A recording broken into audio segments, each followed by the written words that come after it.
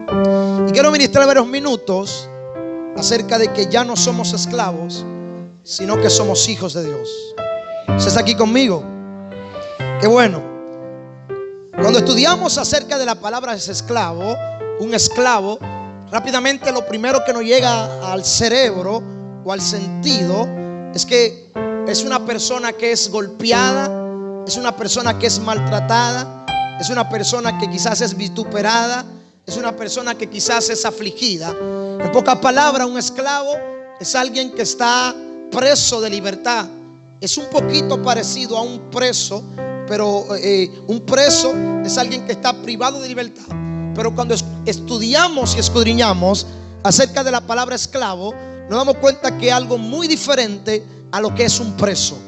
La palabra esclavo, realmente, cuando se utilizó la palabra esclavo, el primer texto que menciona la palabra esclavo viene del arameo, que se escribe agda, y lo que quiere decir esclavo es siervo, sirviente o alguien que sirve. ¿Qué es un siervo? Un siervo es alguien que está completamente sometido y que es dependiente a la voluntad de su Señor. Es importante que podamos entender que cuando hablamos de esclavitud, estamos hablando de siervo. Cuando decimos que alguien es esclavo, estamos hablando de que alguien es un siervo. Es por eso que cuando usted dice yo soy siervo de Cristo, usted lo que está diciendo que usted es esclavo de Cristo. Pero la palabra que rápidamente, o la definición que nos llega a la mente cuando hablamos de esclavos, es que un esclavo es alguien que es golpeado, maltratado. Pero cuando estudiamos la historia en el Medio Oriente, nos damos cuenta que no siempre es así. Cuando usted estudia esto, usted se dará cuenta que hubieron varios tipos de esclavos. Los romanos trataban a los esclavos diferente a los judíos, los griegos de tal manera, la gente de Siria de tal manera. Todas las personas eran diferentemente tratadas. Los esclavos romanos eran diferentes a los esclavos judíos. Por ejemplo, los romanos, los esclavos lo maltrataban, lo golpeaban. Es por eso que usted ve que mucha gente, cuando ve la película acerca de gente esclavo, está viendo esclavos que eran maltratados, que eran oprimidos, que eran pisoteados. Sin embargo, también existió lo que fue el rey Augusto César. En una ocasión mandó a matar a 2000 esclavos. Usted sabe lo que es eso. En el Medio Oriente, los romanos, los griegos, la gente de Siria podía hacer con los esclavos lo que le quisiera. En pocas palabras, discúlpeme el término, pero lo que le viniera en gana, lo que querían hacer. De tal manera que si un esclavo se escapaba, cuando este señor, que era el dueño de ese esclavo, lo tomaba, lo agarraba, hacía lo que quería con ese esclavo. O lo mataba, o también le ponía un sello en el rostro que le daba a entender a las personas que ese esclavo en algún momento se escapó, pero que fue tomado y agarrado. Pero qué bueno es entender la Biblia a través de las escrituras. Cuando usted estudia la Biblia, se dará cuenta que la Biblia es un libro escrito del Medio Oriente. Por ejemplo, nosotros somos occidentales y los judíos, los árabes, están en el oriente. Por ende, la Biblia es un libro que se escribió en el oriente. Cuando nosotros vemos occidentales como somos nosotros, vemos la Biblia de una perspectiva oriental, podemos darnos cuenta de muchas enseñanzas y de muchas riquezas de las cuales Dios nos habla y nos enseña. A mí me gusta estudiar los usos y costumbres en los tiempos judíos y en los tiempos bíblicos. Y Josefo, en uno de sus escritos, habla acerca de los esclavos judíos. Los esclavos judíos era totalmente diferente a los esclavos romanos, era totalmente diferente a los esclavos griegos. Habían leyes. El mismo Moisés estableció leyes acerca de la esclavitud. Yo me sorprendí con esto y entendí, y también me pregunté ¿por qué Moisés no abolió la ley de la esclavitud? ¿Por qué no la abolió? Porque cuando Moisés comenzó a existir y escribió estas leyes, pues ya estas leyes estaban escritas. Y es muy difícil Moisés abolir estas leyes. Lo que Moisés hizo fue que puso regla de protección a los judíos, a los esclavos que eran judíos. Un esclavo judío podía trabajarle 6 años a su amo, pero en el año número 7 ese esclavo tenía la libertad de ser libre. Oiga esto, en el año número 7, no solamente ese esclavo podía ser libre, sino que el señor de ese esclavo tenía que darle provisiones. En pocas palabras, tenía que darle regalo. Pero si ese señor trató bien a ese esclavo, el esclavo tenía el derecho de seguir siendo esclavo para el resto de su vida con ese señor. Pero cuando llegaba el año número 7, este esclavo, si decidía quedarse con su señor, el señor lo que hacía era, los tiempos judíos explican que el señor le ponía una argolla en las orejas, que representaba que este esclavo había sido libre, pero decidió por su derecho propio quedarse siendo esclavo de su señor por amor. ¿Usted está entendiendo lo que le estoy diciendo? Quizá usted dice: wow, qué teórico es este hombre. Pero antes de venirle con la revelación, quiero darle un manjar de parte de Dios. Usted está aquí conmigo, porque a mí me gusta el fuego, pero quiero que usted entienda algo muy fuerte. Y es que los esclavos judíos tenían el derecho de quedarse siendo esclavos por amor a su amo. Cuando estudiamos esto, nos damos cuenta que cuando Israel cayó cautivo en Egipto, los israelitas habían adoptado una ley de cautividad que no era igual a los judíos, sino igual a los romanos, igual a los egipcios e igual al pueblo que no le temía a Dios. Es por eso que usted ve que aproximadamente 430 años los judíos o los israelitas estaban cautivos en Egipto. Pero llegó el momento donde Dios se acordó de ellos y los sacó con mano fuerte y los llevó al desierto. Pero ¿qué pasa? Cuando ellos estaban en el desierto, hubieron muchos de ellos que dijeron: yo prefiero ser esclavo allá en Egipto, porque teníamos comida. ¿Por qué? Porque no estaban entendiendo el proceso en la cual Dios lo estaba metiendo. Es por eso que muchas veces nos vamos a encontrar con hijos de Dios que estarán hablando de su pasado y dirán: pero antes yo estaba mejor que ahora, pero antes yo tenía mejor dinero que ahora. Lo que pasa es que no están entendiendo que lo que viene de camino es más fuerte que lo que alguna vez tuviste. Cuando estudiamos esto, nos daremos cuenta que a través de toda la historia, los israelitas estaban libres en el desierto, pero su mentalidad, diga conmigo, estaba esclava en Egipto. Es por eso que cuando Dios lo libertó, ellos caminaban libre en el desierto, pero su mentalidad todavía estaba esclavos, porque ellos decían: estábamos mejor en Egipto, allí teníamos comida segura, aunque nos maltrataran, aunque nos golpearan, allí teníamos mucha comida segura. Y es triste ver cómo hay hijos de Dios que a veces por lo que están pasando comienzan a recordar el pasado, y Dios te dice: te voy a desconectar del pasado, te voy a desconectar de lo que antes te gustaba, te voy a desconectar de lo que antes te ataba, te voy a borrar de eso.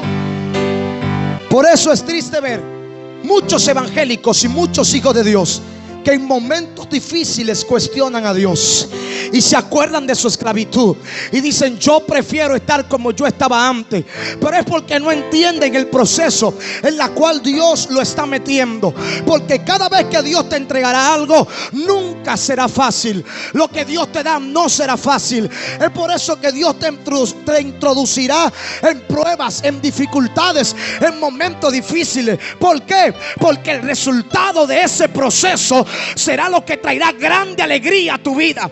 Es por eso que quizás hoy estás luchando con tus hijos, estás luchando con tu familia, pero Dios te dice: sigue orando por ellos. Por lo que hoy lloraste, mañana vas a reír. Por eso, no importa por lo que estés pasando hoy, es muy probable que hoy no estés entendiendo lo que Dios está haciendo a tu alrededor. Y todo ese proceso te costará lágrimas, te costará tristeza, te costará muchas veces dolor de cabeza. Habrá noches que quizás no vas a poder dormir, pero Dios te dice: ya los 6 años de esclavitud pasaron y llega el año 7 de libertad para tu vida, para tu familia, para tus hijos. ¿Estás aquí conmigo, por favor? Y al que está a tu lado: llegó el año 7 para mi vida. Por eso No cuestiones a Dios en medio del proceso, porque muchas veces quizás no vas a entender a Dios, pero lo que Dios está haciendo, dile al que está a tu lado, es para tu bien. Dile, es para tu bien. Dile, prepárate, porque vamos a agarrar el pañuelo y nos vamos a secar las lágrimas. Dile, por todo lo que has llorado, dile, por todo lo que has sufrido. Por eso yo estoy convencido de algo muy poderoso y muy bendecido. Es que a veces no entendemos lo que Dios está haciendo, pero a Dios no se le entiende, a Dios se le cree. A Dios no se le entiende, a Dios se le cree. El cerebro de nosotros no puede entender lo que Dios hará con nosotros, pero de algo estoy convencido, que así como los cielos son más altos que la tierra, así son los propósitos de Dios para nuestra vida, más altos que nuestros propósitos.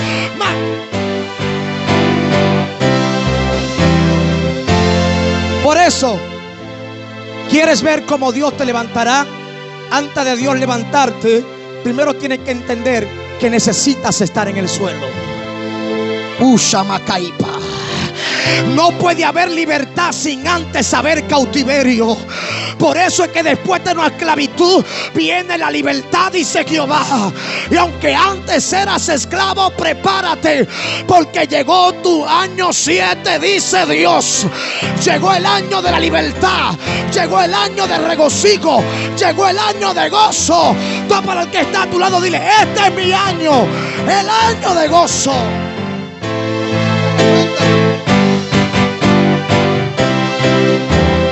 Por eso estudiamos esto. Y es que Israel, cuando estaba en Egipto, ellos muchas veces no entendieron lo que Dios estaba haciendo. Pero cuando Dios los llevó al desierto, ellos pudieron ver a Dios manifestado de diferentes formas. En una ocasión Dios hizo que codornices cayeran del cielo. En otra ocasión Dios hizo que leche saliera de una roca. En otra ocasión Dios hizo que agua saliera de una roca. En una ocasión Dios también hizo que la nube los guiara de día y que la columna de fuego los guiara de noche. Israel vio a Dios como nunca antes lo había visto. Es por eso que Dios, cuando te saca de la esclavitud, te meterá en proceso. Y tú vas a decir, pero ven acá, Señor, cuando yo no te servía, yo estaba bien económicamente, tenía un buen trabajo. ¿Y por qué si me llamaste a tu camino, de repente veo las cosas como que no me están funcionando? Y Dios te está diciendo, tranquilo, es que estoy removiendo los escombros, es que estoy removiendo la piedra, es que estoy removiendo Sama. Va para el que está a tu lado y dile, yo no sé tú, pero a mí me están removiendo. Dile, a mí me están moviendo. Dile, a mí me están. Vamos, tópale. Y dile, yo estoy preparado para la revolución.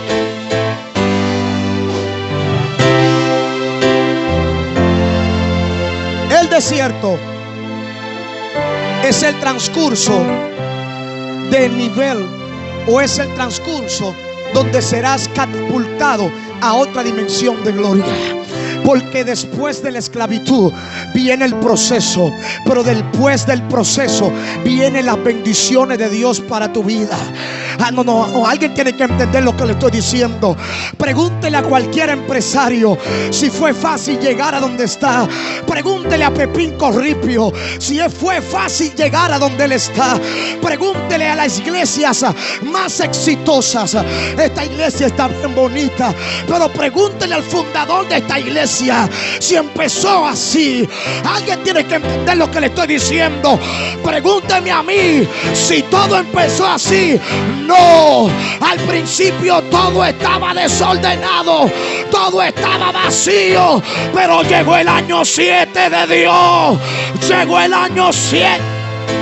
En el año 1 quizá todo estará difícil. En el año 2 seguirás en esclavitud. En el año 3 tus hijos están descarriados. Hay problema en el matrimonio. En el año 4 te botaron del trabajo. En el año 5 tu mejor amiga te traicionó. En el año 6 todo el mundo se te viró. Pero en el año 7 la tierra se alinea al cielo. La tierra se alinea al cielo. La tierra se alinea. Yo vine a decirle a alguien este día: no importa por lo que hoy estés viviendo, y quizás no estás entendiendo la esclavitud de tus hijos, pero Dios te dice: la esclavitud no será para siempre. La esclavitud no será eterna, dice Jehová. Aunque tus hijos hoy, o quizás tu familia, estén desordenados y quizás no estás entendiendo, y tú dices: wow, pero ¿qué es lo que pasa? Porque como las cosas no me están saliendo bien, estoy orando por mis hijos y hay algo que no funciona. Dios te dice: tranquila, yo estoy trabajando en eso, tranquilo, yo estoy trabajando. Oh, el año pasado estuve en una iglesia muy mencionada. Me voy a reservar el nombre por ética ministerial, pero estaba en una iglesia muy mencionada y una de las más grandes aquí en República Dominicana, especialmente en la capital. Y cuando estaba ministrando, de repente vi personas como comenzaron a caer y a dar vuelta en el suelo. Cuando se terminó el servicio, uno de los que andaban conmigo me dijo: profeta, a mí me gusta ver a Dios cómo liberta gente. Yo le digo: siento tristeza por eso. Y él me preguntó: ¿por qué? Y yo le dije: porque ¿cómo va a ser que hay gente que tiene 5, 6 años, 7 años, vienen a la iglesia con su Biblia en la mano, en la hora de adoración levanta su mano y adoran a Dios, son muy activos en la iglesia, pero cómo va a ser que hay gente que dice ser hijo de Dios y están atados en su corazón? Shanapa y Cabasonia. ¿Por qué? Porque hay mucha gente que todavía no ha perdonado a alguien que lo hirió. Porque hay gente que tiene clavado a alguien en su corazón. Quizás su papá no fue el más responsable. Quizás su mamá no fue la más responsable. Quizás un profesor le quemó una materia en la universidad. Quizás un vecino lo menospreció. Quizás un amigo lo traicionó. Y a veces estamos enfermos. El hombre con el mayor llamado de toda la historia bíblica es Moisés. Y Dios le dice a Moisés: mete la mano en el seno. Cuando Moisés metió la mano en el seno, que la sacó, tenía lepra en su corazón. Y Dios le dijo: vuelve a meterte la mano. Cuando la metió y la sacó, estaba sana. Porque antes de Dios entregarte una libertad, antes de Dios darte la libertad para mucha gente, primero Dios te va a libertar a ti. Primero Dios te va a sanar a ti. No me hables que Cristo cambia cuando tú no has sido cambiado todavía.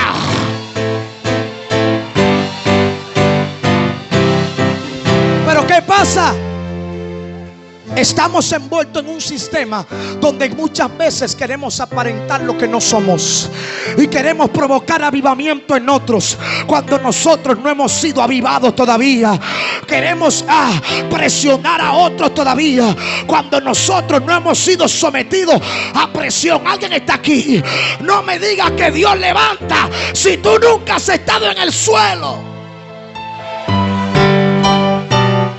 Yo sí te puedo hablar de eso, porque yo he estado en el suelo, pero he visto a Dios como me ha levantado de la mano derecha. Como tú me dices a mí que Dios sana cuando tú nunca has estado enfermo.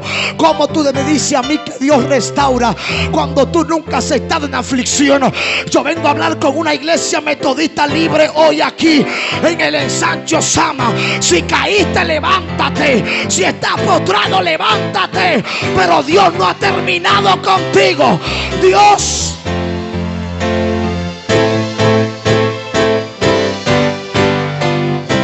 Por eso, Dios es un Dios omnipresente. la omnipresencia de Dios dice que Dios está en todos los lugares al mismo. Dios está en todos los lugares al mismo. Pero hay algo más poderoso que esto. La omnipresencia de Dios también quiere decir que Dios está en todos los tiempos al mismo tiempo. Por eso cuando hay gente que está viendo tu presente, Jehová está en tu mismo presente, pero viendo tu futuro. Por eso es que Jehová no te ve como la gente te ve. Él te ve a otra dimensión de gloria. Él te ve en otro nivel. Por eso quizás es muy probable que usted me haya conocido en mis años de esclavitud. Pero alguien que te haya conocido en el año de esclavitud, es muy difícil poder visualizar el año de tu libertad. Sonai Kapashania. Es por eso que tú vas a ver que hay mucha gente que no va a creer en ti, porque van a decir: pero ¿cómo va a ser? Esa muchacha estaba pasando un proceso. Ok, yo lo estaba pasando, pero yo voy para afuera. Yo voy para afuera. Digan que está a su lado: yo voy para afuera. Por eso no cuestiones a aquello que desde su esclavitud te critican cuando tú estás en tu libertad. Yo vengo a decirlo de nuevo en esta hora: no cuestiones a aquellos que no te entendieron, porque estás en el tiempo de libertad. Y si ellos te están criticando, es porque todavía ellos están en el tiempo de esclavitud. Alguien está aquí todavía, pero que nada te cause molestia, porque Dios me dio autoridad, espíritu de dominio propio, porque sobre mí posa el espíritu de Jehová. Oh, el esclavo siempre criticará al libre, y el esclavo no va a entender la libertad que Dios depositó en ti. No va a entender lo que Dios hizo en ti, porque ¿sabe lo que pasa? Que los esclavos, o antes de llegar su año número 7, si había alguien que podía pagar por ellos, eran libres. Si los esclavos no tenían nadie que pagara la libertad de ellos, ellos tenían que esperar hasta el año 7 para ser libres. ¿Y sabes qué? Si alguien no podía pagarle, pues esperaban el año 7. Es por eso que nosotros gozamos de un privilegio que la generación pasada no vivió. Nosotros hoy fuimos libres porque vino alguien llamado Jesús y pagó el precio de todos los esclavos de la tierra, y murió y al tercer día resucitó, y él se llama Jesús, el Hijo de Dios. Por eso Jesús vino a la tierra y murió por todos los esclavos de esta tierra, y tenemos acceso a lo que la generación pasada no tenía acceso. Y ese acceso se nos ha sido entregado por gracia. Y como por gracia se nos ha sido entregado, cada vez que Dios te está viendo a ti, está viendo la sangre que pagó el precio de la esclavitud. Está viendo la sangre que fue derramada en la cruz del Calvario. Es por eso que la sangre que virtió en la cruz no solamente está sobre ti, está sobre tus hijos, está sobre tu nieto, está sobre tu bisnieto, está sobre las generaciones que aún no han llegado.